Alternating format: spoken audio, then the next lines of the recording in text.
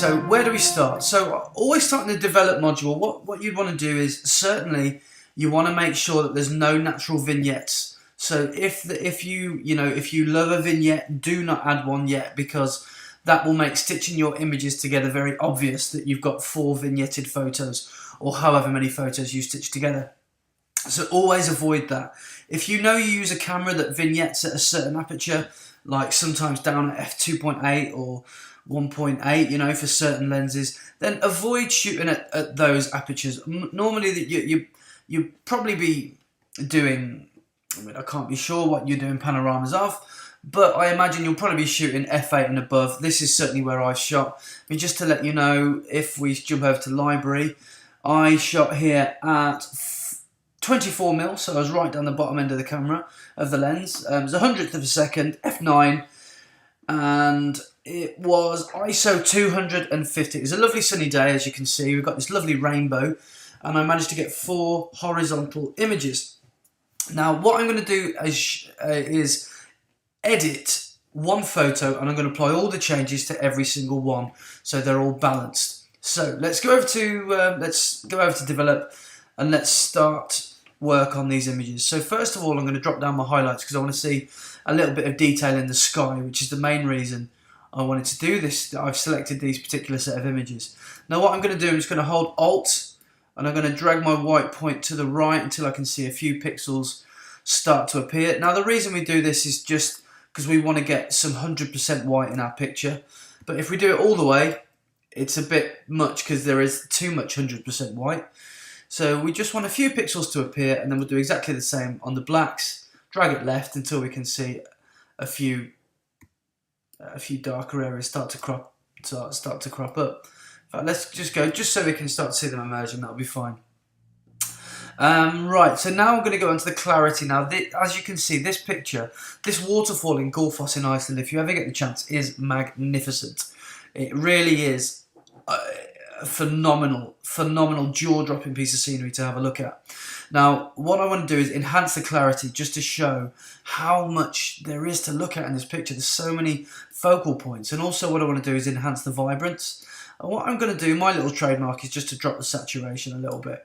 And I normally like to sort of egg up the vibrance. Okay, so now I will leave sharpening alone. I will probably sharpen when we bring this back into Lightroom, but I'll show you how to do that soon. Now, I think I'm pretty much happy with that. I don't need to make any corrections, any lens corrections yet. We'll be doing that again in post. And I might just bring up the exposure slightly, because I know this is the brightest out of the 4 images. Now, obviously, we're going to sync those 4 photos, so make sure your images are all highlighted. Hit synchronize, and then it will synchronize all. And then if I go across, you'll see that all those changes have been applied if you look at the sliders on the right. Right, now what do we do next? We're going to open up Photoshop, but we don't need to manually open it up. We can go to Photo, Edit In, and then Merge to Panorama in Photoshop. So do hit that. Now, I am going to probably pause this tutorial a couple of times because sometimes these panoramas do take a little while to open up because you're working with such big files. So I'll tell you when I will pause, but obviously that won't affect you. Now, the next thing you need to do is select those 4 images. You want to just choose auto. I mean, you can play around with these other presets that Photoshop gives you, perspective, blah, blah, blah. But you don't need to do that, and make sure that you don't hit vignette removal and you don't hit geometric distortion correction, and you do check blend images together. Check OK. And now I'm going to pause it because Photoshop's going to do its thing and stitch the images together. Okay, everybody, that was nice. That was actually a lot quicker than I thought. That only took me about 60 seconds to import these 4 images and Photoshop to stitch them together. So what we're going to do now is we're going to, well, first of all, look at what we've got. And if I do zoom in slightly, you'll be able to see a couple of, where have they gone? Maybe it's when I zoom out. You can see a couple of lines where the images were actually stitched, and you can see that more prominently probably on the screen. I don't know if the resolution will show up on the internet, but one thing I do want to do, first of all, one thing you've got to do is you want to make that one image. So to blend all the layers together, hit Command E, and we're going to flatten image. Now, if you don't want to use that preset, just go up to layer, down up to layer, right down to the bottom, hit flatten image, and you'll do exactly the same. Now what happens there is you've just got one, we've just got this image as one layer now, so they've all been stitched together. We don't need to worry about any more lines. So let's just move this for a second. Now the horizon looks pretty good to me, so I'm gonna leave that, and I'll probably work with that in Photoshop. Now one thing that is pretty obvious is the warping of which is obvious when you do a panorama. Now I did this handheld, which maybe explains why it's not perfect. But what I'm going to do, I am going to just do some cropping first, because I want to try and really see how this is going to look. Now we are going to have to waste some pixels, which is a real shame, because I really don't like doing that. But sometimes you do have to. I don't want Photoshop to create too much for me, so I'm going to come up to about here, and I'm going to show you how we can fill in the gaps, because you can notice on the bottom there's a very prominent section that's missed out there of the snow in the foreground. And to the left you can see a little bit of shade, and obviously on the top the most prominent is the sky that's missing. Now I'm going to show you how we can fill those in. So go up to your lasso tool, and first of all we'll work with this little corner down here. Now we're going to select that, and select it as close as you can, and hit Alt if you go a bit too far, and get that selected. Now let's go up to select, and if we hit modify and expand, we'll expand that by, let's say, 5 pixels, and that really will just come a little bit further over. In fact, let's just expand it a little bit further. Let's expand that by, let's expand it by, say, 10 pixels. Yeah, so that's just going over the line, so that should be fine. Now what I'm going to do now is I'm going to hit Shift Delete, and you need to make sure that Content Aware is checked, and just press OK, and then Photoshop will pretty much just fill in the gaps, and it does a really good job. And as you can see, it's done a pretty good job, but I don't think I used enough pixels on the expand. Not to worry, what we'll do here is we'll just use the clone stamp tool, and we'll just literally fill in those gaps, like so. Now we're going to do exactly the same on the snow, because I think that's probably got the most detail in it. So again, let's see if we can get that right first time. So let's make a selection. Make sure everything is selected, because we don't want those white lines. Doesn't matter if you go over a little bit. And then let's expand, hit modify, expand, and let's go to 15 pixels this time. There we go, so it should be well over the line. If we hit shift and backspace, okay, then what we should notice is it fills it really nicely for us. Now I'm not sure how this is going to turn out. Always the moment of truth. Let's have a look. Very good, that looks pretty good to me. Now if we go down a bit, we can see actually there is a little bit of a misdemeanor. So again, what we'll do is we'll get the clone stamp tool, and we'll just use these little bits here. Yeah, good, that's what we'll do.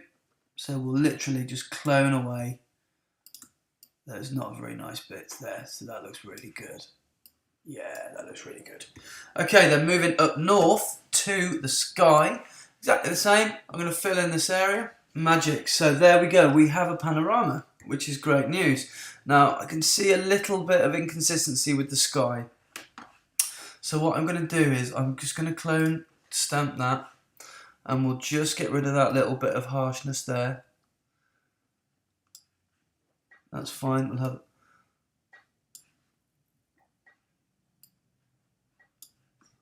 That looks really good. Okay, I'm happy with that. Now, obviously, you can see I'm working fairly quickly here. I'm not working to try and impress anybody. I'm just trying to show you how to make panorama. So there we've got our panorama, but that's not finished yet. Now, the next thing I'm going to do, we are literally going to save it. So choose somewhere to save it, and then we're going to open it back up in Photoshop. So I'll see you in a minute. No, we're not. We're going to open it back up in Lightroom 5. So I'll see you in a minute. Right then guys, so we've just imported our panorama back into Lightroom. Now I'm going to make a few changes because not everything in that picture I'm happy with. Now we've made some basic changes before the edit, which I was quite happy with, but I'm going to make some more further changes. Now let's pick up the shadows even more and let's drop those highlights. And we'll just enhance that clarity. Now all clarity does is bring out mid-tone contrast. That's why it makes things look a little bit darker. It's just really enhancing the greys and the mid-tones, yep. So that's why it does that. Now when I hit vibrance, you'll notice that really does sort of make quite a cool little difference. That's good. And I'm going to boost the contrast a bit, as well as the exposure. Now I'm going to add a gradient tool. And what we're going to do is we'll keep the saturation up there, but I'm going to drop the clarity because we don't really want clear skies, and we really want to just enhance the blues in that sky. So we'll drop the shadows and we'll drop the highlights and maybe even bring the exposure down a touch as well. Okay, now next thing I'm going to do, you can see probably a third of this picture is actually in shade. So what I'm going to do, I am going to create some light spots. Now, one of my favourite things in Lightroom 5 is the radial filter. Now, so I'm going to draw some light spots where I think it would look really cool to have some, you know, draw the attention to some cool things. And I don't know if that's an error for Photoshop, but there's actually another rainbow there that I didn't see, which is pretty cool, which I didn't notice. So what we'll do is we'll keep the saturation at around about 0, but we'll just pick up the exposure and we'll certainly enhance the clarity in certain areas as well. And probably let's do this top little section as well, because that's quite an important section. It's the top of the waterfall really. So let's pick that right up. That looks good. Okay, that looks cool. And now one thing that I think looks a little bit stale is the right hand side of the picture. So let's select a brush and let's double click on effects so it goes down to 0. Let's get a lot of clarity in this side and let's get also a bit of exposure as well. So let's just paint along those rocks around the hazy side, because whenever you work with water you're probably going to get spray or haze. Now that, you know, is probably what that all is. You know, it's probably a lot of vapour escaping. Now what happens if we darken that? That might make a nice little contrast to the left hand side actually. Do you know what, I prefer that a bit darker actually. So yeah, let's go with a reduced exposure there, which I think will look good. And let's just pick the exposure up slightly. Yeah, that looks good. Okay, now what I'm going to do now, I work with the water. I just want to make that water a little bit bluer, if that's a word. And if, again, I want to make it actually, I want to take the smoothness out of it. So I want the clarity out of it by making it quite nice and smooth to give almost a long exposure look. So we'll enhance the clarity and we'll just paint over the white sections of the water. And this lovely foreground area here, I want to make that quite nice and I want to really make it stand out, because if you look at the picture it almost looks like 4 seasons in one day.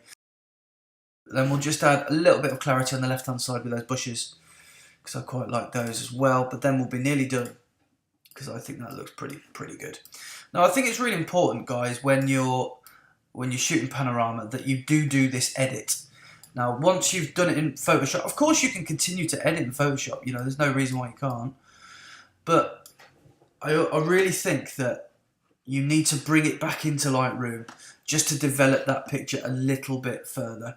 And be careful that you don't do this before you stitch the images together, because you know there's a process that you need to follow really when you do panorama. So don't rush into it all at once, and make sure you take your time and you can do it right at the end. Now I'm just going to paint this fence a bit darker, because it creates a nice leading line actually if you look. I'm just going to reduce that brush size. That goes all the way down to the rainbow. If we just bring that down even further take all the highlights and shadows out of it. That looks really good, and we'll bring the clarity up, which will obviously enhance it a bit further. Bring it down even further. That looks really good. Yeah, I like that. Now, one last thing that I really wanted to do, the whole point of taking this picture was to show the sheer size. Now, the way I can do that is we've got some people on the top of this mountain here. So what I'm going to do, I'm going to paint over them, and I'm going to make them, I'm going to drop the exposure, I'm going to make them, you know, quite dark. I'm going to literally just paint over them, just over the bodies. Because if you try and brighten them up, you really lose something. And because they're so far away, you know, it doesn't really matter. There's nothing else they could be, really, than bodies. So look at what that's done already. That's made them look really good. Now, I've got another family over here that I need to colour in. So let's continue on that path and let's do that. It'd be good if we could capture some sort of lovers moment, but I don't think we will. Lots of people in walking jackets and lots of people reading maps and taking selfies and stuff, but that's typically in Iceland. Now look at that. That looks really cool because we can really see the images. How we can just about see colours on the top of that, and we can see, you know, we can really just gauge how big that waterfall is. Now I'm going to press the what do you call this? A backslash next to the enter button, and that shows where that's what the image came in to Lightroom, and that's how it's leaving us. So again, that's where it was. And we've just made it a little, well, quite a lot better. And the last thing I like to do, I always like to add a vignette to my finished product. So let's go into manual and let's drop a vignette in the sides, and that'll look really, really nice. And do you know what? One last final thing I'm going to do, I'm going to try and enhance this rainbow a little bit. So let's go into saturation. Okay. Ladies and gentlemen, that's a finished panorama. So you've seen how I edit my panos. This, if we look at full screen, that's what we've got, and that's the finished panorama. So I really hope you like it. That gives you an idea about how to actually edit a panorama. You've seen me start with the 4 images in Lightroom, and we gave a quick edit. Then we exported to Photoshop. We made the panorama there. We stitched it together, and what else did we do? We burned in the sky. We cloned in the sky, and we moved a couple of things around. We used the content aware section, and we expanded our pixels to fill in the gaps, quite literally, where we made a crop. And finally, we brought back into Lightroom, and we've made the final touches, and we really have retouched it. And we've got a really nice image here. So thanks for watching this tutorial, guys. I'm sorry I've droned on quite a while, but do check out the other video if you haven't seen it already about how to shoot a panorama. But I'll be back very soon with some more videos. But for now, thanks very much, and please subscribe. Thank you very much.